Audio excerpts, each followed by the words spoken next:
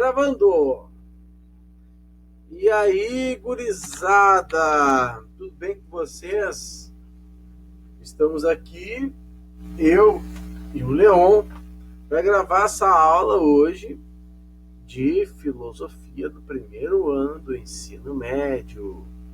Então, nós vamos falar hoje sobre a origem da filosofia e os pensadores pré-socráticos, tá bem? Nós estamos dando um pulo para o nosso segunda parte do capítulo 1. Né? A primeira parte reflete sobre a questão da natureza do pensamento, para que serve a filosofia. E a segunda parte do módulo, a partir da página 10, mais ou menos, vai abordar sobre a questão da origem da filosofia. Muito bem. Então, a partir disso agora, a gente chega nessa discussão aí, tá? Quais foram os fatores que originaram a filosofia? Bom, então, esse slide, ele traz 3 fatores, tá bem? Primeiro, vamos desmembrar esse slide certinho assim. Mileto, Esparta e Atenas eram 3 cidades-estados, tá? A sociedade grega, ela estava organizada em cidades-estados. Vamos avançar só um pouquinho aqui, só para vocês terem uma ideia, tá bem?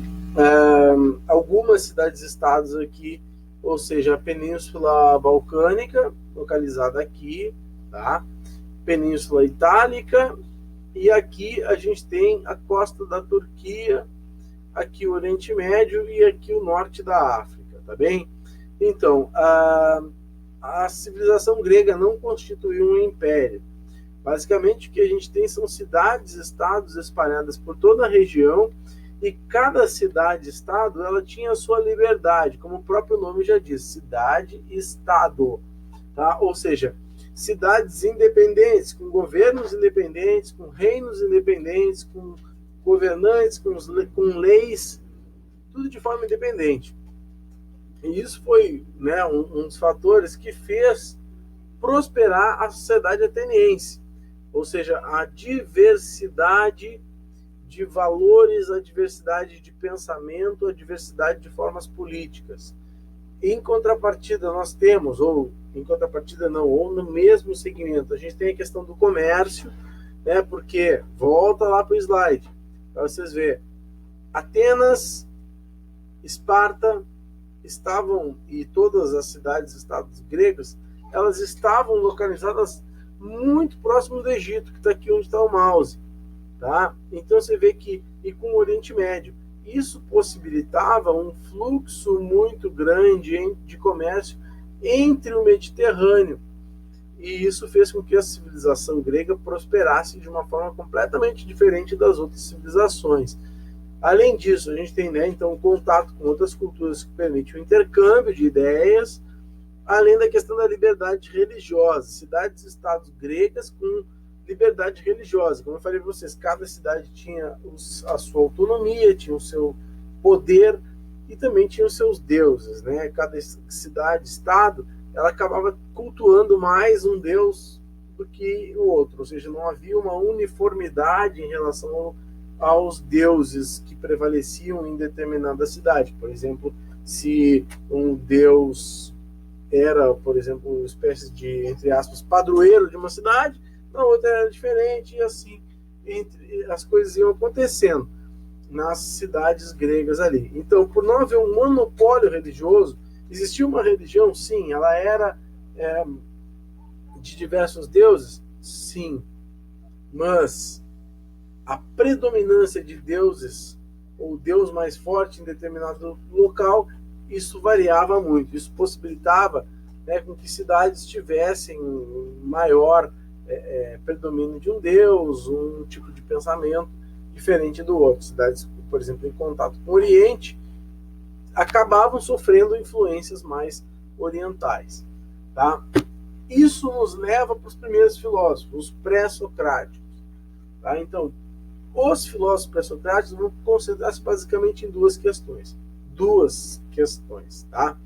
De um lado, os filósofos mais baseados na questão da natureza, Ou seja, qual é a origem, a matéria ou o princípio da natureza que está presente em todos os seres vivos? Ou seja, o que me une ao aquele inseto que está na parede ali? Quando eu olho para a parede e percebo, por exemplo, que tem uma barata caminhando na parede, eu vou pensar, bom, pensando filosoficamente, claro, né?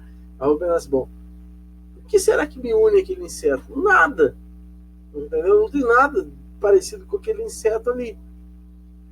Não, mas vamos lá, a gente está numa aula de filosofia. Tem que pensar o seguinte, bom, mas para aquele inseto existir, é necessário que existam condições naturais que possibilitem a existência dele. E também a minha. Porque se nós vivemos no mesmo lugar, no mesmo ambiente, ou seja, deve haver elementos em comum entre eu e ele. Ou seja, o que me liga a minha vida, a vida daquele inseto ali. Ou seja, isso os gregos tentavam argumentar no sentido de que algo que estivesse presente em todas as vidas. Em todas as vidas. Que eles chamavam de arqué. Chamavam de princípio unificador. Tá? Então eles vão partir em busca desse princípio da natureza. Esses primeiros filósofos aí. Então, né, esses filósofos, os primeiros filósofos aí, eles defendiam, investigavam, né, a matéria presente em todos os elementos da natureza, ou seja, aquilo que daria origem a todos os seres. Tá? Então, dentro disso a gente vai ter escolas. O que vão ser essas escolas? Essas escolas elas vão depender mais ou menos da origem geográfica, de onde vão estar. Né? Então, por exemplo, aqui a gente tem a Península Itálica, a Península Balcânica, né? Da Grécia, da Turquia, e cada escola vai seguir mais ou menos as origens dos pensadores de cada região. Tá? Então a gente vai ter ali que, dependendo das escolas, haverá diferentes respostas como esse elemento unificador presente que dará origem a todas as coisas. O fogo, a água, o ar, etc. E tal. Tá? Então, e depois disso nós vamos ter dois pensadores que vão investigar, por exemplo, a questão da qual seria a autenticidade da realidade. Se a realidade ela seria uma mutação constante das coisas ou se ela seria imóvel, tá? Então a gente tem dentro dessa discussão da qual é a autêntica realidade, a gente tem Parmênides e Heráclito fazendo essa discussão, por exemplo, se tudo realmente muda ou se as coisas permanecem as mesmas independente das mudanças. E esse tipo de discussão vai ser super importante também, que é essa origem da autenticidade, da realidade, dá um surgimento de uma filosofia metafísica. E, sob a origem e princípio da matéria, da natureza, dá origem para uma discussão mais física da coisa, né? Ou seja, daquilo que viria a ser depois a ciência. Tá bem? Então, aqui o mapa, que é importante a gente sempre voltar nesse mapa. As escolas, tá? Jônica, na costa da Turquia, Itálica, Eleata e Pluralidade, tá bem? Então essas escolas estarão distribuídas aqui no mapinha, vocês vão olhar mais ou menos, tem os nomes dos filósofos aqui e vão encontrá-las ali, tá bem? Então, os filósofos da natureza, aí é importante a gente começar essa discussão, por quê? Destaque-se nos primeiros filósofos a construção de uma cosmologia, estudo do cosmos, né? Uma explicação racional e sistemática das características do universo que substituísse uma explicação sobre a origem do mundo baseada nos mitos, uma cosmogonia, tá? Gonia, portanto, os mitos explicavam o cosmos, tá? E não um estudo. Então a gente vai ver basicamente essa questão é a inversão, tá? Do ponto de análise. A gente vai vai entender, vai perceber, por exemplo, que com a cosmologia você vai ter o início da ciência, o início de tudo. Enquanto que na cosmogonia tudo tinha início, os deuses, tudo estava baseado naquelas explicações. E eu até em aula cheguei a falar em algum momento de uma série de vídeos que estão disponíveis num canal chamado Foca na História. Né? E esse canal tem um playlist lá sobre mitos, né? Sobre mitologia grega. E ali vocês vão ver basicamente como esses deuses explicavam todos os grandes questionamentos que existiam. Então, né, nesse período, querem descobrir com base na razão e não na mitologia a substância primordial, a arqué, né, existente nos seres materiais, ou seja, na matéria-prima que são feitas todas as coisas, ou seja, aquilo que eu tinha falado anteriormente ali para vocês, o que me liga a um inseto. Ou seja, há alguma coisa entre eu, ser vivo, e aquele inseto ser vivo que é comum a mim e a ele, que faz com que nós possamos existir. E é isso aí que eles vão observar, é isso que eles vão investigar. Qual seria esse elemento? Existiria na natureza alguma coisa que possibilitasse a vida de diferentes espécies? Essa é a discussão. Tá? A arqué, a substância primordial, ou a natureza, a physis, como eles chamavam. A arqué estava presente na physis, na natureza. Bem, o primeiro cara a investigar isso, e ficou conhecido como o primeiro filósofo pré-socrático, é Tales de Mileto. Olha o ano que esse cara viveu. 5 séculos antes de Cristo. Ele é antes de Sócrates, só para você ter uma ideia. Ele é considerado o primeiro pensador grego, o pai da filosofia. Ele era astrônomo e chegou a prever um eclipse total e demonstrou que a soma interna dos triângulos, dos ângulos de um triângulo, somariam 180. O Tales de Mileto, tá, ele era grego, mas, voltando para o mapinha lá anterior, todas essas cidades aqui eram gregas, eram colônias gregas. Mileto está na Turquia hoje, que hoje seria a Turquia. Portanto, Tales de Mileto, se nascesse hoje, ele seria considerado turco, mas na época ele era grego. Eu gosto muito de fazer essas brincadeiras aí. Então, o Tales de Mileto diz a história que ele, além de prever um eclipse, ele conseguiu calcular, como matemático que ele conseguiu prever uma enchente, uma época de chuvas, na verdade, né? Então ele plantava, ele era filósofo e comerciante, e diz a história que ele plantava oliveiras, azeitonas, né, que eram muito utilizadas para fazer o azeite. E que o Tales, de acordo com os cálculos dele, conseguiu prever que em determinada época do ano iria chover antecipadamente, ou seja, a chuva viria antes da época das chuvas. E com isso, de acordo com os cálculos e com a observação dele, ele antecipou a plantação.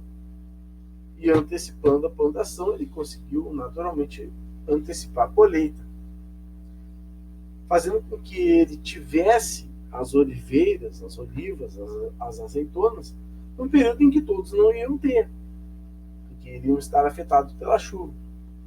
E o Tales, então, plantou antes e conseguiu colher antes, enquanto que todos os outros seguiram o fluxo natural, perderam as azeitonas. E com isso, ele conseguiu lucrar muito, né? E isso fez dele um cara muito notável, porque as pessoas começaram a questionar por que ele conseguiu aquilo, como ele conseguiu aquilo. Então ele é considerado assim, um grande sábio, embora não tenha deixado nada escrito. E para muitos isso hoje em dia soa como uma coisa assim, né, muito estranha, né? Como alguém não deixou nada escrito. Pois é, nessa época, até essa época aí, os anos 600, 500, 400 a.C., não se tinha costume de deixar as coisas escritas, né? A tradição de se passar conhecimento não era escrevendo, era assim, transmitindo oralmente. E, né, se criavam muitos alunos, discípulos, e se transmitia essa mensagem de uma maneira oral. Tá? Então, Mileto é uma cidade situada na Jônia, que é um litoral da Turquia ali. E era uma região de muito comércio, né, de várias influências culturais. O Tales de Mileto, então, além de ser uma espécie de um cara que previu o futuro, ele, na verdade, a grande contribuição dele para o campo da filosofia está relacionada na filosofia pré-socrática. Porque o que ele vai dizer? Ele é o primeiro cara a levantar essa questão, ou seja, de descobrir um elemento físico constante que estivesse presente em todas as coisas. Então, né, o Tales, ele vai concluir que a única substância, por exemplo, eu usei ali eu e uma barata na parede, que ambos, tanto eu quanto a barata, a gente precisa de água para sobreviver. O que me liga, eu, ser humano, aquele inseto, é que nós dois, sem água, a gente não existe.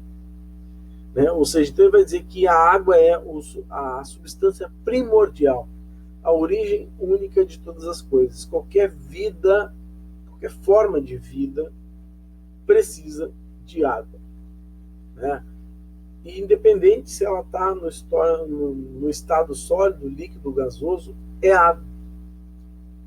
E isso é o elemento essencial para que qualquer forma de vida se origine. Bom, a gente está no século XXI, né? E pode ser que alguém ainda questione esse tipo de informação. Você pode dizer que não é mais só a água, né? Que existem outros elementos que estão aí, né, envolvidos dentro desse processo. Ok, tudo bem. Mas o cara está em 5 séculos antes de Cristo, pensando que existe um elemento que liga todas as formas de vida existentes na Terra. E esse elemento, para ele, é a água. E isso faz dele o Tales de Mileto. Entendeu? Por isso que a gente está aqui estudando o cara. Bom, seguidores dele, Anaximandro e Anaximenes. Tá? Anaximandro é um nome muito bonito, né? E, obviamente, cabe lembrar que o de Mileto, ele vinha porque as pessoas na época não eram registradas com sobrenomes. Né? As pessoas eram o fulano de tal, fulano de tal, fulano que nasce em determinado lugar. Principalmente se tu ganhasse notoriedade na sociedade. Então, ou seja, nesse período ainda as pessoas não eram registradas com seus sobrenomes e tal. Então, o primeiro nome e o lugar da onde tu vem. Então, o Anaximandro de Mileto é um discípulo, né, do Tales. Então, para o Anaximandro, ele também vai investigar essa natureza das coisas aí. Tá? Então, para ele, não era nem a água, nem algum dos elementos, mas uma substância diferente, ilimitada, e que dela nascem os céus, o mundo e neles contidos, o que ele chama de apeiron. O apeiron, por Anaximandro, é algo indeterminado, infinito. Tá? Então, o Anaximandro, por mais que ele seja um dos filósofos da natureza, ele flerta aqui com a metafísica, entendeu? Porque o que ele está dizendo aqui? Ele está dizendo que é algo infinito, que é algo que é uma realidade que não está acessível aos nossos sentidos. Como os nossos sentidos conseguem captar a água, o ar, a terra, o fogo. Ele vai dizer, não, o apeiron é algo indefinido. Ou seja, é algo que está além do que os nossos sentidos. O que me liga, o que dá origem a todas as formas de vida aqui na Terra, é algo indefinido. É algo que os nossos sentidos não são capazes de alcançar. E isso que os nossos sentidos não definiam, os gregos chamavam de apeiron. Então, Anaximander é um cara que flerta com uma possibilidade de um elemento fora do campo físico, né? Fora do campo em que a razão fosse possível de captar. Esse aqui, ele já se aproxima um pouco mais, né? Já é um naturalista. Em qual sentido? Né? No sentido de que ele vai para a questão do ar, ou seja, que também faz total sentido. Enquanto que para um é a água e para outro é uma substância indefinida, para esse vai ser o ar, porque não existe vida sem ar. Não existe qualquer forma de vida sem o ar. Claro que nessa época aí, 588, 524, século, né, antes de Cristo, 500 anos antes de Cristo, você não tinha o conceito de oxigênio ainda. Né? Você não tinha. Ou seja, o oxigênio era ar. Todos os seres vivos precisam respirar. Então, para ele, era simples. Assim como para o Tales era a água, para ele é o ar. Tá? Então, assim como porque os gregos, eles tinham uma concepção, para quem já foi aluno meu, né, já viu essa questão aí da alma, como os gregos entendiam a questão da alma, né? A gente já falou isso em aula. Então, os gregos acreditavam na imortalidade da alma. Os gregos acreditavam que, principalmente para quem seguia as ideias de Platão, né, que o conhecimento ele ficava armazenado na alma. Então eles imaginavam que, né, assim como a nossa alma, que é ar, nos mantém unidos, da mesma maneira como o vento envolve todo o mundo. Então os gregos acreditavam muito nisso, só que o conceito de alma para eles não era uma coisa muito definida. Ou seja, o que é o ar? É uma substância que me mantém vivo, respirando, mas que é essencial para me manter vivo. Mas eu não consigo tocar, não consigo pegar o ar.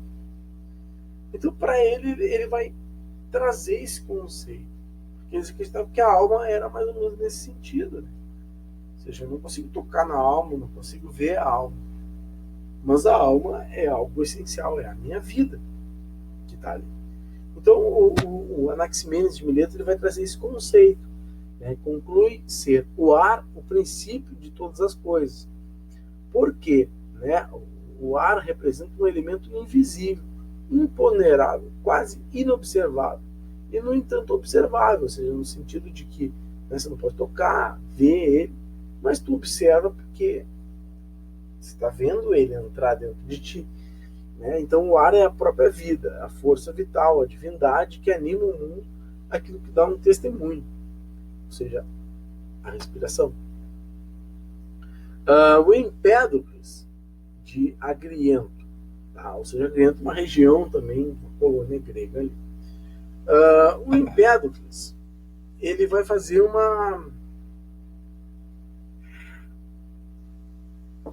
Empédocles é o que eu chamo de, quando dou essa aula, eu chamo do Capitão Planeta. Há algum tempo atrás, nos anos 90, existia um desenho passava na TV Colosso, né, que era o Capitão Planeta. E o Capitão Planeta ele é formado por água, fogo, terra, ar e coração. Né? Então, ou seja, ele era a fusão dos 5 elementos lá. O Empédocles é mais ou menos isso, sabe? Porque o que o Empédocles vai dizer? É que a origem esse elemento comum a todas as coisas, ele não era só o ar ou a água, como propunha. Ele era a fusão de tudo. Né? Porque, flertando ali com o pensamento do Parmênides, do Heráclito, ele vai dizer, olha, as coisas elas estão em transformação, as coisas se modificam, entende? Tudo está em constante modificação. Então aqui, né, pro ele vai trazer o conceito do Parmênides, né? A racionalidade que afirma a existência e a permanência do ser. Ou seja, o ser mas procurava encontrar uma maneira de tornar racional os dados captados pelo nosso sentido. Então, o que ele vai trazer aqui é que esses elementos eles estão agindo, se transformando. Por exemplo, a água, quando se transforma em vapor, tá? O fogo, quando se transforma em fumaça. Ou seja, você está vendo mudanças de estados. E essas mudanças de estado alteram a substância essencial da coisa. A água, quando se torna vapor, ela deixa de ser água, ou ela só muda de estado. Essa é uma questão, né, a ser investigada. A água congelada, o gelo deixa de ser água, ou ele continua sendo água em outro estado. Essa é uma questão que se investigava. Então, nesse interim, nesse tipo de discussão, ele vai dizer, olha, a origem de todas as coisas são esses elementos juntos, trabalhando. A mudança de estado, né? Todos esses elementos, não é um nem outro, são todos elementos agindo, porque na natureza tudo está em constante transformação, né? Tudo está se modificando, e essa mudança ela nunca é isolada, ela nunca é por si só. Essa mudança sempre depende de um outro fator externo, né? Então, ou seja, quando a água está evaporando, quando a água está virando gelo, nunca é só a água pela água, há uma temperatura por fora. Há uma condição física que faz com que aquela água aumente ou baixe a temperatura. Então, o que ele vai mostrar, o que Empédocles quer trazer para o centro da discussão, é que esses elementos, e se a gente for pensar, por exemplo, o centro da Terra é o quê? O magma terrestre é o quê? É fogo. Né? E a Terra é composta por quê? Por terra e por 70% de água. E o ar é importante para que a gente exista. Portanto, o elemento essencial da vida não consiste nem somente em água, nem somente em ar. Só que, cara, a gente está falando isso há 5 séculos, 4 séculos antes de Cristo. E esses caras estavam pensando esses elementos. Por isso que eles são considerados filósofos da natureza, os pré-socráticos. Né? Então, o que a contribuição do Empédocles vai trazer é justamente, né, os princípios universais. Ou seja, todas as coisas existentes na realidade estão submetidas à força cíclica, às transformações. Como eu disse para vocês, nas mudanças do estado, da água. Né? Ou seja, então, ele vai dizer ali, né, existem, por exemplo, amor e ódio.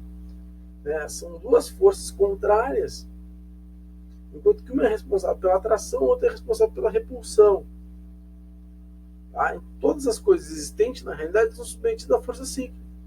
Se atraem e se repelem, se atraem e se repelem. Então ele vai mostrar que esses elementos da natureza, esses 4 elementos da natureza, eles trabalhavam dentro dessas forças de atração e repulsão. Por isso que ele faz meio que uma síntese ali do Parmênides do Heráclito. Tudo bem aí? Alguma dúvida? Bom, se tiverem dúvidas, tem que perguntar por e-mail, porque eu não estou ouvindo vocês aí, né? Bom.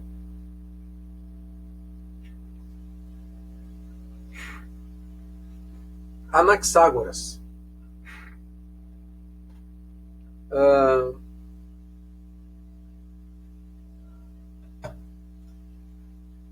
Procurou, então, explicar todas as coisas a partir de um princípio racional abstrato.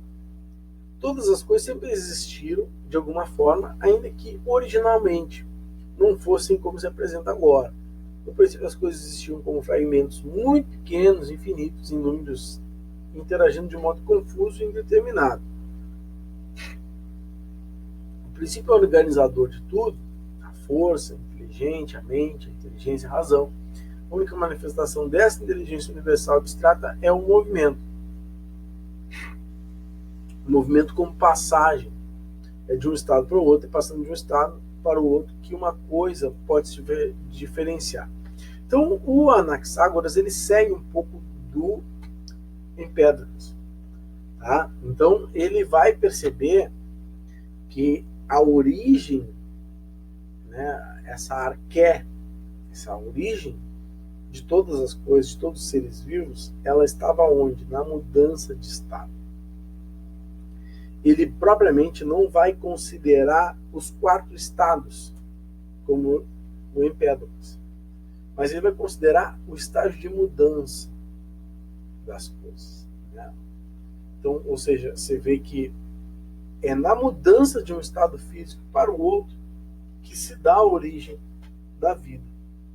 Bem, então, aí a gente entra nos filósofos que eu trouxe lá no início para vocês. Cadê isso aqui? Da realidade autêntica das coisas. Tá? Aqui a gente vai chegar no Parmênides.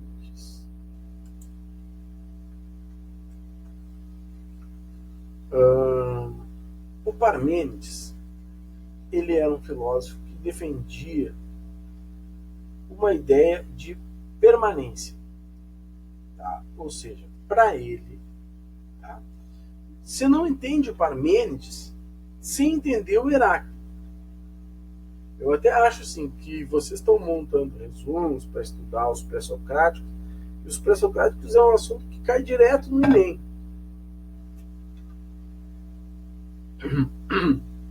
Ano passado não caiu, mas sempre cai pré-socrático, entendeu? E é importante, por isso que eu dei como tarefa para vocês montar um resumo. Monta um resuminho, o que cada um deles entende. Só que esse resumo, no Parmênides e no Heráclito, tu vai fazer separado. Passa um traço e bota lá, Parmênides e Heráclito. Porque tu só entende um quando tu entende o outro. Não necessariamente tu precisa primeiro entender o Parmênides para entender o Heráclito. Ou seja, o Parmênides é o cara da permanência, enquanto que o Heráclito é o cara da mudança. Basicamente, essas ideias dão origem à constituição do ser, à metafísica. Porque o Parmênides vai dizer que o ser é, o não ser não é. Ou seja, não existe o não ser. O que isso quer dizer? Quer dizer que eu só consigo pensar aquilo que existe. O que não existe não é possível de ser pensado. Ou seja, eu só consigo. Que eu chamo de princípio da identidade da não contradição. Eu não consigo pensar aquilo que não existe. Pensa alguma coisa que não existe. Não tem como. O meu conhecimento, a minha razão não consegue atingir. Né? Então, ele vai dizer que a frase célebre dele é essa: o ser é. O não ser não é. O ser não existe. O não ser. Só existe aquilo que eu consigo captar. E o que a minha razão consegue captar é aquilo que eu consigo ver. É aquilo que eu consigo sentir, que eu consigo tocar. É o físico. Tá bem? Então, ele vai dizer assim: em vista disso, é considerado o primeiro filósofo a formular os princípios de identidade e não contradição desenvolvidos por Aristóteles. Conclui que o ser é eterno, único, imóvel e ilimitado. Ou seja, o ser não muda. Mas como assim o ser não muda? Tchê, quando tu olha uma semente, tá? Plantou a semente num vasinho de flor. Isso cresceu, transpôs o tamanho do vasinho, tu plantou na rua, virou uma árvore grande, frutífera. Aí tu pensa assim, bom, então, não é mais aquela semente, né? Eu plantei uma semente, a semente virou uma árvore, ou seja, a árvore é completamente diferente da semente. Não. Por Parmênides, não. Ou seja, para ele, o ser é eterno, único, imóvel e limitado. existe algo que liga a semente à árvore, o ser, o ente, aquilo que não muda, entendeu? A semente é a mesma árvore, há uma natureza naquele ser, enquanto que pro Heráclito vai ser completamente diferente, pro Parmênides não vai ser. Pro Parmênides é uma coisa é aquilo que ela permanece pelo resto da vida. Você pensa assim, bom, o Tiziano, quando era criança, era bebê. Agora ele é adulto. Não. O Parmênides o Tiziano, criança, o ser não mudou. Ele pode ter desenvolvido, né, características externas a ele, ou seja, ficou mais forte, ficou mais gordo, cresceu, mas o ser é o mesmo, não mudou. Porque o Heráclito vai dizer, não, tudo muda a todo momento. O Tiziano de hoje não é o mesmo Tiziano de ontem. O Parmênides não cola esse tipo de discurso. Ou seja, o ser é o mesmo. Tá bem? Você tem que aprender isso aí, cara, porque isso cai direto, entendeu? Então, a crítica que o Parmênides faz ao Heráclito é que o Heráclito vai pela questão das aparências, né, ou seja, ilusórias, e não considera um ente, um ser que muda, tá? Negou a reconhecer como verdadeiros testemunhos ilusórios. Heráclito, tá bem? Então, Parmênides, o ser é, o não ser não é, ou seja, não existe o não ser. O devir, que se usa muito na filosofia, o Heráclito que usa muito devir, ou seja, o vir a ser, né? Todos nós somos um eterno devir. O que isso significa? Todos nós estamos em constante mudança, o nosso vir a ser, né? Então, ou seja, vocês aí, adolescentes, irão se constituir como adultos e vocês serão pessoas novas, sujeitos novos, ou serão o mesmo? Essa é uma discussão. O ser, a natureza, o ente, muda ou permanece o mesmo?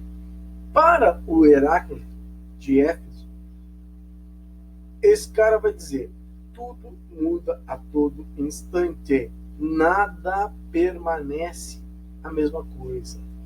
É dele a frase, né, dizendo que não se pode se banhar duas vezes no mesmo rio. Por quê? Porque para o Heráclito, digamos assim, né, eu estou aqui agora e atrás de mim tem um rio. Mas eu vou tomar um banho nesse rio. Eu nunca tomei banho nesse rio, vou lá tomar um banho. Tá?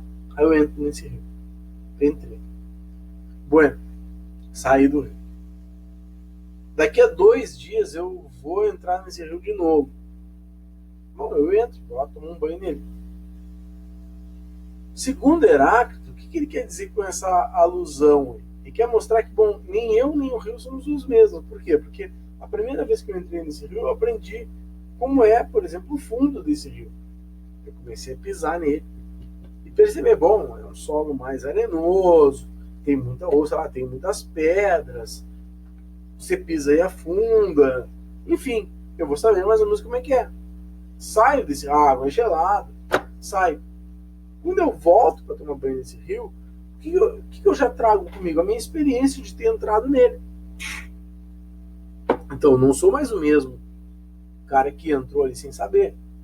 Mas, ao mesmo tempo, o rio também não é o mesmo. Por quê? Porque o rio muda. Há uma corrente que traz, né, uma corrente de água que modifica o próprio fundo do rio. Os sedimentos são deslocados. A corrente, né, da água traz elementos, sedimentos, que fazem com que esse rio fique mais fundo, mais raso, enfim, etc. E tal. Então o Heráclito usa esta alusão para mostrar, né, que tudo está se modificando o tempo todo. Tá bem? É considerado um dos mais importantes filósofos pré-socráticos, né? O primeiro representante do pensamento dialético, mostrar a dialética é o conflito, né, entre ideias, o conflito entre as coisas que geram outras coisas. Então, concebia a realidade do mundo como algo dinâmico, em permanente transformação. A vida era um fluxo constante, impulsionado por lutas de forças contrárias.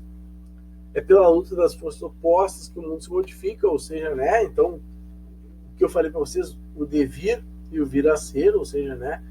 Praticamente a mesma coisa, ou seja, o devir, a eterna mudança, e o vir a ser a movimentação das coisas, uma coisa está relacionada com a outra. Então, para ele, o mundo é um eterno devir. Tudo está em constante mudança, porque as coisas estão sempre em movimento. Imaginava, então, a realidade dinâmica, né, sob uma forma de um fogo. Por exemplo, como é que ele ilustrava esse pensamento dele? É um fogo. Pensa um fogo. Pensa uma vela, entendeu? Acende uma vela aí e deixa ela queimar. Tu vai ver. A chama é a mesma? Não, não é. Por quê?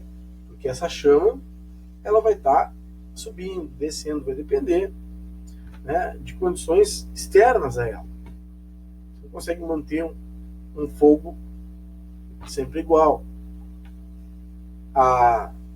O fogo queima o sebo da vela, que transforma em fogo. Vira fumaça. Então você percebe que há uma mudança constante de estados. Então as coisas para ele estão sempre em constante mudança. Então ele imaginava, né, a realidade dinâmica do mundo sob a forma desse fogo, com chamas vivas, eternas, governando o constante movimento dos seres. Então a frase que foi para vocês: não podemos entrar duas vezes no mesmo rio.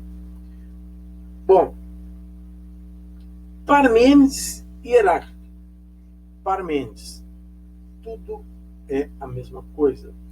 O ser não muda. O ser é, o não ser não é. Heráclito: não podemos nos banhar duas vezes no mesmo rio.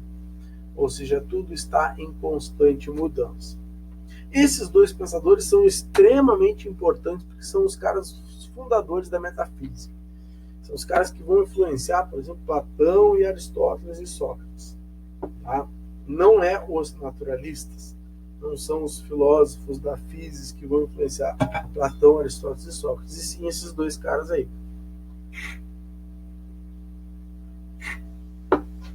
O matezinho é curto, tá bem? Bom, aí a gente começa a se encaminhar para o fim.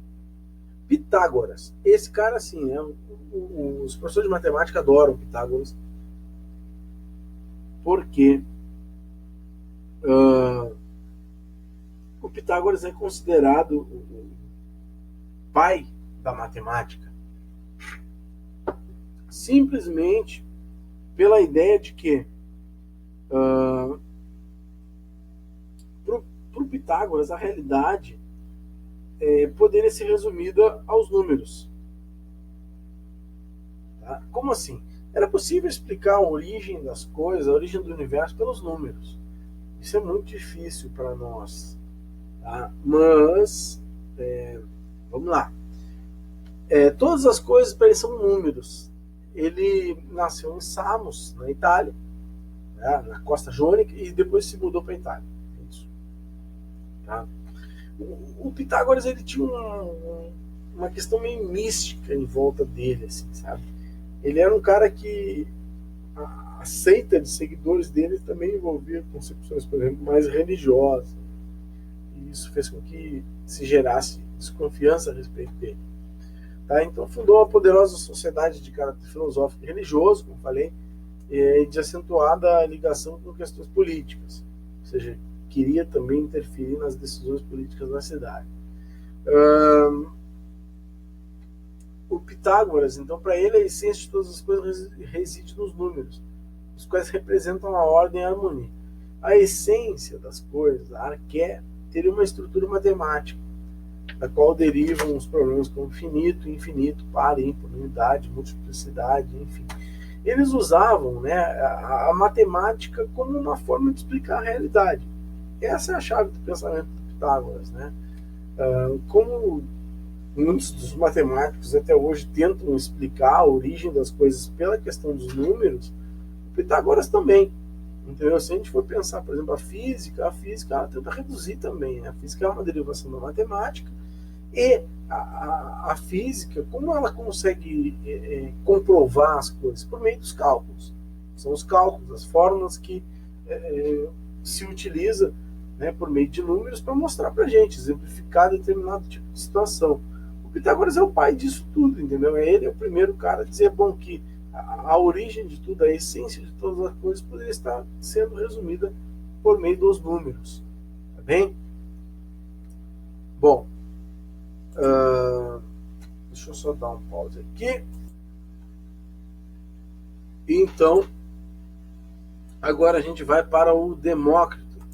É o último da nossa lista aqui dos pré-socráticos, tá bem? Demócrito de Abdera. Bom, gente, esse cara aqui é importante, muito importante, dá para resumir ele de forma bem clara e simples, porque ele é de uma escola chamada atomista. O que vem a ser essa escola atomista? Tá?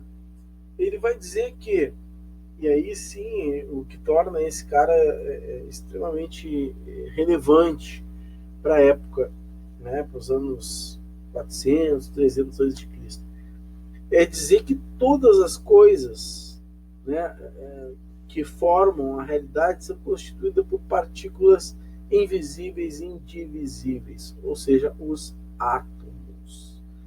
Tá bem? Esse cara, ele vai dizer que mesmo antes de existir microscópio, ele já estava dizendo que as coisas eram formadas por parcelas indivisíveis e invisíveis também ao mesmo tempo. Tá? Então, o Parmênides, claro que a gente hoje sabe que não é só o átomo, né? Existem outros elementos que estão envolvidos, mas se pensar isso no século IV a.C., era algo muito além. Ou seja, né, para que alguma coisa exista, há uma fusão, há uma união de várias parcelas. E o átomo era a menor parcela, aquilo que não poderia ser dividido. Tá bem? Então, além dos átomos, existia no mundo real o vácuo, né, que representaria a ausência do ser, ou seja, não ser. Ele traz uma herança, tá, do Parmênides muito grande. Então, devido à existência do vácuo, o movimento do ser torna-se possível. O movimento dos átomos permite infinita diversidade de composições. É o acaso ou necessidade que promove a aglomeração de certos átomos e a repulsão de outros. Tá? Então, ou seja, para ele, então, o que possibilitava a vida, o que possibilitava a existência dos seres, era justamente a fusão, né, dos átomos. Ou seja, então, entre eu, para resumir e encerrar, né, entre eu e aquela barata que existe, que eu vi na parede, né, que eu utilizei como exemplo, o que torna a minha vida possível e a vida daquele inseto é justamente os átomos. Bem, então ele vai para uma linha diferente dos outros, enquanto um acreditava que era o ar, que era o fogo, que era a água, ele vai dizer, não, são os átomos. Tá bem? Então, o Demócrito, a principal contribuição trazida pelo atomismo é a concepção mecanicista, segundo a qual tudo que existe no universo nasce do acaso ou da necessidade, nada nasce do nada e nada retorna ao nada, ou seja, tudo tem uma causa e os átomos são a causa última do mundo. Tá bem? Então, Demócrito é um cara muito importante, vai trazer uma contribuição enorme, tanto para a física quanto para a química, e são os primeiros. Hoje, para resumir, como é que a gente trabalha esses caras hoje? Bom, cara, as concepções desses pensadores aí hoje, todos foram colocados por água abaixo, né? A ciência evoluiu, nós evoluímos, e ainda bem que a gente ainda não continua acreditando como esses caras acreditavam. Mas é importante ressaltar que tudo tem um início, e esses caras estão pensando isso aí há 2.500 anos, 3.000 anos atrás. Então, né, são os pensadores, são os grandes fundadores da ciência, os filósofos pré-socráticos, tá? Da ciência, não da ciência moderna, da ciência. Esses caras aí foram super importantes para tudo isso que a gente tem hoje. Com isso, eu encerro a nossa aula, encerro os nossos slides, encerro o capítulo 1, e no próximo vídeo que eu gravar para vocês, a gente já vai estar no capítulo 2, tá bem? Então, dá uma olhada, faz um resuminho, posta lá no grupo lá do Moodle, entendeu? No grupo da turma lá, o que cada um desses pensadores imaginava como o elemento que dava origem à vida. Nós vimos o Tales, nós vimos o Anaximandro, nós vimos o Anaximenes, nós vimos o Empédocles, nós vimos o Anaxágoras, o Parmênides, o Heráclito, o Pitágoras e o Demócrito. Tá bem? Então faz um resuminho, faz um quadro desses caras, o que cada um deles compreende como um elemento substancial da vida, e posta lá, porque isso vai valer ponto. Tá bem, gente? Eu espero ter elucidado um pouco melhor. A gente não está presente, estamos distantes nesse momento difícil que a gente está vivendo aqui, de quarentena, né, de estarmos todos isolados em casa, e a gente precisa acessar o nosso Moodle, o nosso ambiente Marista 3.0 para conseguir evoluir nos nossos estudos e não ficar parado, tá bem? Acessem lá, tem atividades, tem uma série de coisas para vocês fazerem. Estou gravando essa aula, estou me ambientando com essa ferramenta aqui. Aqui estão nossas referências bibliográficas, e quem tiver alguma dúvida, manda lá no e-mail lá, tá? Vocês têm meu e-mail, ticiano.pedroso@maristas.org.br, tá bem?